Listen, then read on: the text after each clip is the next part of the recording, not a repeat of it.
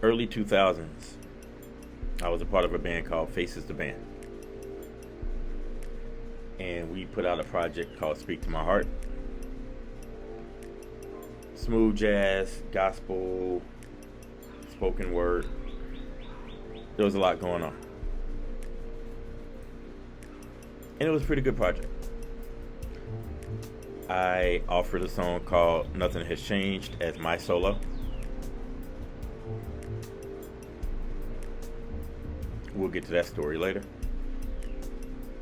But the plan was to put out another project. And so I never really stopped writing. If I'm being honest, this is around the same time that in my head I'm working on the handshake. But I don't really know I'm working on the handshake. I'm just writing. While I was a part of Faces the Band, we would find ourselves in spaces with another saxophonist named Joseph Vincelli.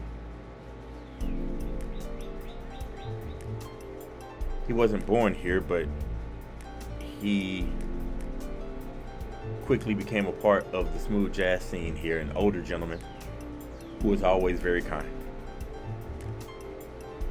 And at that time, his big hit was a song called Stop 6. If you're not from Fort Worth, I do not have the time in this video to explain it to you. But if you are from Fort Worth, you understand why a song called Stop 6 kind of matters. And I'd always said if I ever got a chance, I would write a song where if you heard the title, you would know exactly where I was from. And so shortly after meeting Joseph Vincelli and shortly after hearing Stop Six, I started working on this song and decided to call it 35 West because unless you're from much further north, 35 West is Fort Worth, Texas. And yeah, I could have named it Loop 820, but didn't want to.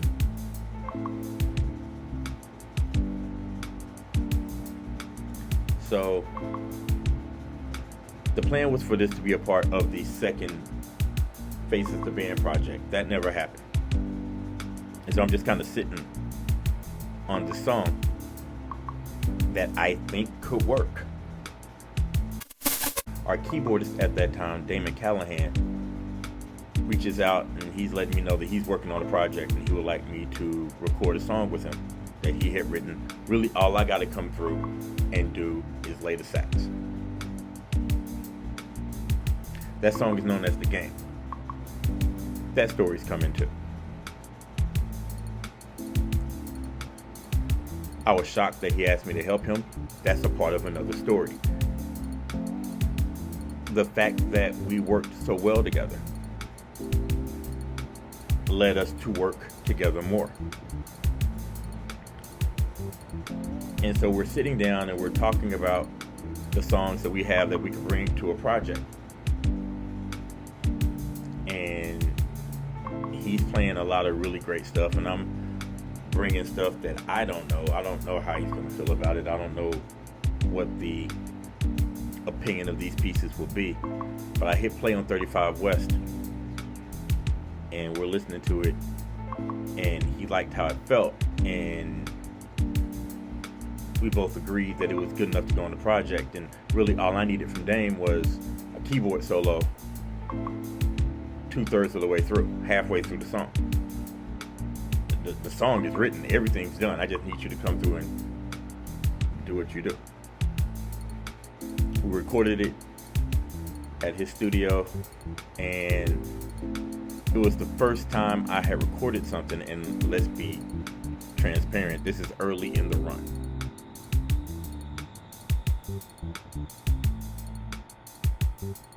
But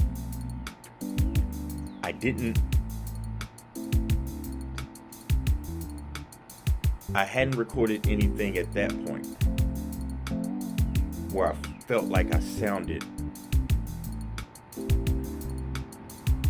like a real musician. Maybe it was the fact I was in a studio. Maybe it was the fact that I had someone else recording it. I don't know what made this song feel different, because I go back and listen to it, and I go back and I listen to some things I recorded before, and there isn't a big difference in how it sounds. But I remember walking out of the sessions where we recorded 35 West and me just feeling different. We put the project out called Music Inspired by the Life. There are a lot of really good songs on that project, and that is where me and Daymond get started. The original Jazz Pals. That's where we get started.